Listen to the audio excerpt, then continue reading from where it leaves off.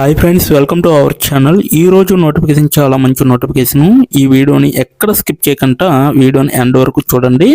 అలాగే ఈ వీడియోకి మినిమం 50 లైక్స్ అయితే కోరుకోవడం జరుగుతుంది. కాబట్టి ప్రతి ఒక్కరు కూడా లైక్ చేయడం మాత్రం మర్చిపోద్దు. లైక్ చేయడం వల్ల నాకు ఎంతో బూస్ట్ అండ్ ఎంకరేజ్మెంట్ ఇచ్చినట్టుగా ఉంటుంది.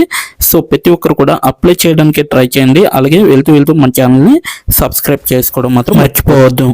మీరు నాతో డైరెక్ట్గా కాంటాక్ట్ అవ్వాలంటే డిస్క్రిప్షన్ బాక్స్లో నా వాట్సాప్ ఐడి ఇవ్వడం జరిగింది. అక్కడి నుంచి నాకు డైరెక్ట్గా మెసేజ్ చేయొచ్చు, కనెక్ట్ అవ్వచ్చు. అలాగే నా టెలిగ్రామ్ ఛానల్ని ఫాలో అవ్వండి, ఇన్స్టాగ్రామ్ పేజీని కూడా ఫాలో అవ్వండి, అండ్ ఫేస్బుక్ పేజీని కూడా ఫాలో అయ్యి నన్ను ఎంతో సపోర్ట్ చేస్తారని నేను మనస్ఫూర్తిగా కోరుకుంటున్నాను. ఈ రోజు కంపెనీ వచ్చేసరికి ది గోల్డెన్ రైస్ కంపెనీ నుంచి ఈ యొక్క వేకెన్సీ అనేది రావడం జరిగింది మనకి. సో ఇదైతే హైదరాబాద్ లో ఉంటుందన్నమాట. కస్టమర్ సపోర్ట్ ఎగ్జిక్యూటివ్ గా మీరైతే వర్క్ చేయాల్సి ఉంటుంది. గోర్ఖన్ హర్యానా ఇండియాలో ఉంటుందన్నమాట. ఇది 1 డే ఎగో అనేసి ఇవ్వడం జరిగింది. అంటే ఒక రోజు క్రితమే ఈ యొక్క వేకెన్సీ అనేది రిలీజ్ చేయడం జరిగింది. ఇప్పటి వరకు ఓవరాల్ గా 100 అప్లికెంట్స్ అయితే వాళ్ళకి వెళ్ళడం జరిగింది. సో రిమోట్ అనేసి ఇవ్వడం జరిగింది. మీరు ఇంటి దగ్గర ఉండి వర్క్ అనేది చేయొచ్చు. ఈ యొక్క కంపెనీలో ఫుల్ టైమ్ గా మీరు వర్క్ చేసుకోవచ్చు అనమాట. సో ఎలా అప్లై చేయాలనేది కూడా వీడియో ఎండ్ వరకు చూస్తే మీకే అర్థమవుతుంది. కాబట్టి ఎండ్ వరకు చూడండి, ఎక్కడ స్కిప్ చేయకుండా. అబౌట్ ద జాబ్ అనేసి ఇవ్వడం జరిగింది. కంపెనీ ఓవర్ వ్యూ చూసుకుంటే మీకు the golden rice located in Hyderabad అనేసి ఇవ్వడం జరిగింది. ఈ యొక్క కంపెనీ హైదరాబాద్ లో ఉందనేసి చెప్పడం జరుగుతుంది. అది కూడా గచ్చిబౌలి డిస్ట్రిక్ట్స్ లో ఉందన్నమాట. Is a premier talent outsourcing firm అనేసి ఇవ్వడం జరుగుతుంది. We specialized in connecting skilled professionals with top multinational corporations and innovative startups అనేసి ఇవ్వడం జరిగింది. అలాగే fostering career growth and organisational success అనేసి కూడా వీళ్ళైతే మెన్షన్ చేయడం జరిగింది. అలాగే పొజిషన్ సమ్మరీ వచ్చేసరికి we're seeking a productivity proactive and customer focused customer support executive to join our team అనేసి ఇవ్వడం జరిగింది. కస్టమర్ సపోర్ట్ ఎగ్జిక్యూటివ్ లో ఈ యొక్క టీమ్ లో మీరైతే జాయిన్ అయ్యే విధంగా ఉండాలన్నమాట. This role is involves handling customer queries, providing excellent services, ensuring customer satisfaction. So customer యొక్క క్వారీస్ ఏవైతే ఉంటాయో అవి మీరు ప్రాబ్లమ్స్ ని క్లియర్ చేయాలి. అలాగే ఎక్సలెంట్ సర్వీసెస్ అంటే కస్టమర్స్ కి మీరు ప్రొవైడ్ చేయాలన్నమాట మంచి సర్వీస్ ని. అలాగే కస్టమర్ యొక్క సాటిస్ఫాక్షన్ కూడా తెలుసుకునే విధంగా మీరు ఉండాలన్నమాట. అలాగే కీ రెస్పాన్సిబిలిటీస్ వచ్చేసరికి కస్టమర్ ఇంటరాక్షన్ అనమాట. Respond to customer inquiries via phone, email and chat, ensuring timely and accurate resolutions. So కస్టమర్కి ఏవైతే క్వారీస్ ఉంటాయో వాటిని మీరు కరెక్ట్గా క్రాక్ చేసే విధంగా ఉండాలన్నమాట ఇక్కడ. అలాగే ఇష్యూ రిసొల్యూషన్స్ అనమాట. Address customer concerns, troubles with problems and provide effective solutions. So ఏవైతే మంచి ఎఫెక్టివ్ సొల్యూషన్స్ ఉంటాయో వాటిని కస్టమర్కి చెప్పే విధంగా ఉండాలన్నమాట మీరు ఇక్కడ. ఓకేనా? సో ఇక్కడైతే కస్టమర్కి మీరు ఆ ఇష్యూని రీసొల్యూషన్స్ చేసే విధంగా అయితే చూసుకోవాలి ఈ పాయింట్ లో. అలాగే డాక్యుమెంటేషన్ అనమాట. Maintain detailed records of customer interactions, issues and resolutions in the CRM system. So ఏదైతే డాక్యుమెంటేషన్ చేస్తామో ఇక్కడ కస్టమర్ ప్రాబ్లమ్స్ ఏవైతే ఉంటాయో వాటిని మీరైతే ఒక రికార్డ్ లాగా మీరు తయారు చేసుకొని రాయాల్సి ఉంటుంది అనమాట. ఓకేనా? సో ప్రోడక్ట్ నాలెడ్జ్ అనమాట. Stay up to data with company products and services to assistant customer effectively. So ఏవైతే ఉన్నాయో ప్రోడక్ట్ లో సంబంధించినవి, సో వాటి యొక్క సర్వీసెస్ ఎలా ఇస్తున్నారు అనేది కూడా మీరు చెప్పాలి. సో కస్టమర్ యొక్క ఫీడ్బ్యాక్ కలెక్షన్ అనమాట. Gather customer feedback and share insights with the relevant terms of continuous improvement. So మీరైతే కస్టమర్కి ఎటువంటి అయితే ప్రాబ్లమ్స్ సొల్యూషన్స్ చేశారో వాటిని మీరు ఫీడ్బ్యాక్ తీసుకోవాలన్నమాట. ఓకేనా? నెక్స్ట్ ప్రాసెస్ ఇంప్రూవ్మెంట్ అనమాట.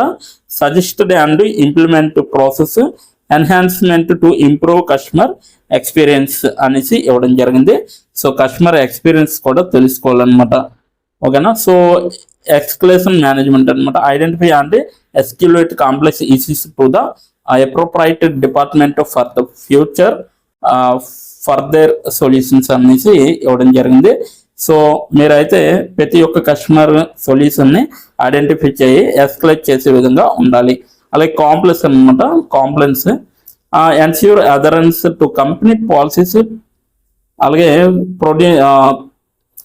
ప్రొసీడ్యూర్స్ and customer service guide lines అనేది కూడా మీరు తెలుసుకోవాలి.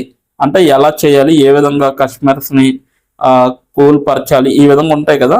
సో ఆ టైప్లో అనమాట.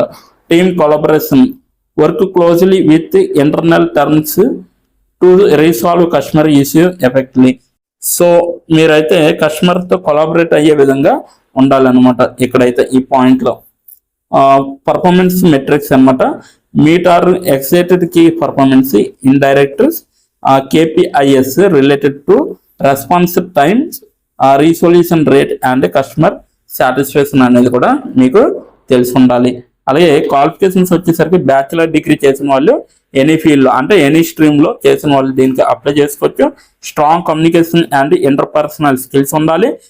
ప్రొఫెషనల్సీ in MS office and CRM tools అనేవి మీకు తెలియాలి. So attendance to detail and problem solving abilities అనేవి ఉండాలి. అలాగే ability to handle multiple task and prioritise effectively అనేది ఉండాలన్నమాట.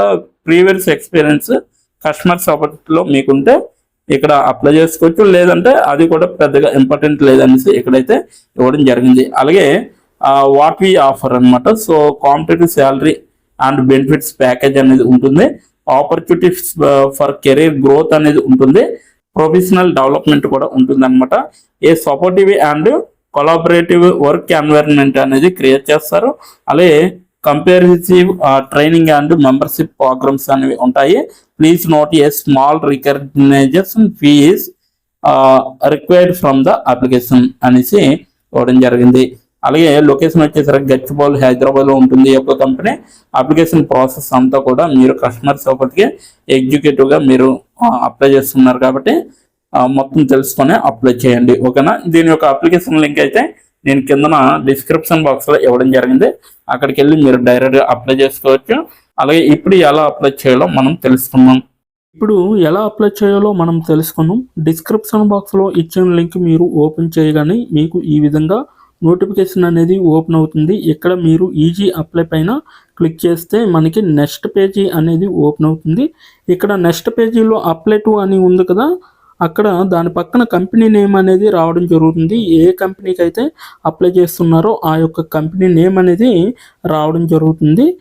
దాని తర్వాత మీరు మీ యొక్క ఈమెయిల్ ఐడితో లింక్డ్ఇన్లో లాగిన్ అయ్యి ఉండాలి. అలా అయ్యి ఉంటే మీకు ఈమెయిల్ ఐడి కూడా కనబడుతుంది. ఫోన్ కంట్రీ కోడ్ అనేది కూడా కనబడుతుంది. అక్కడ మీ యొక్క ఫోన్ కంట్రీ కోడ్ని మీరు ఎంటర్ చేయాలి. మనది ఇండియా కాబట్టి +91 అని ఉంటుంది. మొబైల్ ఫోన్ నెంబర్ ఉంది కదా, అక్కడ కూడా మీ యొక్క పర్మనెంట్ మొబైల్ నెంబర్ అనేది ఇవ్వాలి. తర్వాత మీరు నెక్స్ట్ అనే ఆప్షన్ పైన క్లిక్ చేయాలి. నెక్స్ట్ పేజీకి తీసుకువెళ్తుంది. ఇక్కడ మీరు మీ యొక్క రెజ్యూమ్ అనేది అప్లోడ్ చేయాలి. డాక్యుమెంట్లో కానీ పీడిఎఫ్లో కానీ రెజ్యూమ్ని అప్లోడ్ చేయాలి. మినిమం రెజ్యూమ్ అనేది 2 MBలో ఉండాలి. అప్లోడ్ చేశాక నెక్స్ట్ అనే ఆప్షన్ పైన క్లిక్ చేయాలి. మనల్ని జాబ్కి కావలసిన కొన్ని క్వశ్చన్స్ అడగడం జరుగుతుంది. అవి ఏమిటంటే ఇప్పుడు చూడండి, మీరు how many years of work experience అని అడుగుతుంది. ఎక్స్పీరియన్స్ లేకపోతే నో ఎక్స్పీరియన్స్ అనేది మీరు మెన్షన్ చేయాలి. ఎస్ ఆర్ నో అనేది. అది కూడా ఎటువంటి ఎక్స్పీరియన్స్ అవసరం లేదు అని అప్లికేషన్లో మెన్షన్ చేస్తే అప్పుడు మీరు నో ఎక్స్పీరియన్స్ అని టైప్ చేయాలి. ఎక్స్పీరియన్స్ ఉన్నవాళ్ళు కంపెనీ నేము, ఏ కేటగిరీలో వర్క్ చేశారు, కేటగిరీ నేమ్ అనేది ఇవ్వాలి. కంపెనీలో ఎప్పుడైతే జాయిన్ అయ్యారో స్టార్ట్ డేట్ అనేది ఇవ్వాలి. మీరు ఎప్పుడు మానివేశారో అంటే ఆ కంపెనీ నుంచి మీరు ఎప్పుడు లీవ్ అయ్యారో ఎండ్ డేట్ కూడా మీరు ఇవ్వాలి. CTC total package of year అంటే మీకు పర్ ఇయర్కి ఎంత ప్యాకేజ్ వచ్చిందనేది కూడా మీరు మెన్షన్ చేయాలి. ఎక్స్పీరియన్స్ లేని వాళ్ళు కంపెనీ నేము, starting date, end date, CTC ఇవేమీ ఇవ్వక్కర్లేదన్నమాట. నెక్స్ట్ వన్ చూసుకుంటే what is your level of proficiency in English, అంటే మీకు ఇంగ్లీష్లో ఎంత ప్రావీణ్యం ఉందో వీళ్ళైతే అడగడం జరుగుతుంది. ఎక్సలెంట్ అయితే ఎక్సలెంట్, గుడ్ అయితే గుడ్, యావరేజ్ అయితే యావరేజ్, బిలో యావరేజ్ అయితే బిలో యావరేజ్, ఇలా ఇచ్చిన పాయింట్స్లో ఏవో ఒక ఆప్షన్ని మీరు సెలెక్ట్ చేసుకొని మీరైతే అక్కడ మెన్షన్ చేయాలి. నెక్స్ట్ పాయింట్ చూసుకుంటే హౌ మచ్ శాలరీ ఎక్స్పెక్టేషన్స్, ఈ కంపెనీ నుంచి మీకు ఎంత శాలరీ కావాలనేది అడగడం జరుగుతుంది, అది కూడా మీరు మెన్షన్ చేయొచ్చు. నెక్స్ట్ పాయింట్ చూసుకుంటే how did you see this job, అంటే మీరు ఈ జాబ్ని ఎక్కడి నుంచి చూసారో అని అడగడం జరిగింది. సో మీరు యూట్యూబ్ అయితే యూట్యూబ్, ఫేస్బుక్ అయితే ఫేస్బుక్, ఇన్స్టాగ్రామ్ అయితే ఇన్స్టాగ్రామ్, లింక్డ్ఇన్ అయితే లింక్డ్ఇన్, నౌకరీ అయితే నౌకరీ. సో ఈ నాలుగిట్లో అంటే ఈ 5 రకాలలో మీరు ఎక్కడి నుంచి అయితే ఈ యొక్క జాబ్ పోస్టింగ్ని చూసారో సో అది మీరు మెన్షన్ చేయాలి. నెక్స్ట్ వన్ వచ్చేసరికి మీకు బ్రీఫ్ యువర్ సెల్ఫ్ ఇంట్రడక్షన్ అని ఉంటుంది. అక్కడ మీరు ఒక 5 or 10 లైన్స్ మీకోసం మీరు రాస్తే సరిపోతుందన్నమాట. ఫైనల్గా మీరు సబ్మిట్ యువర్ అప్లికేషన్ ఆప్షన్ పైన క్లిక్ చేస్తే మీ అప్లికేషన్ అనేది కంపెనీ వాళ్ళకి చేరుతుంది.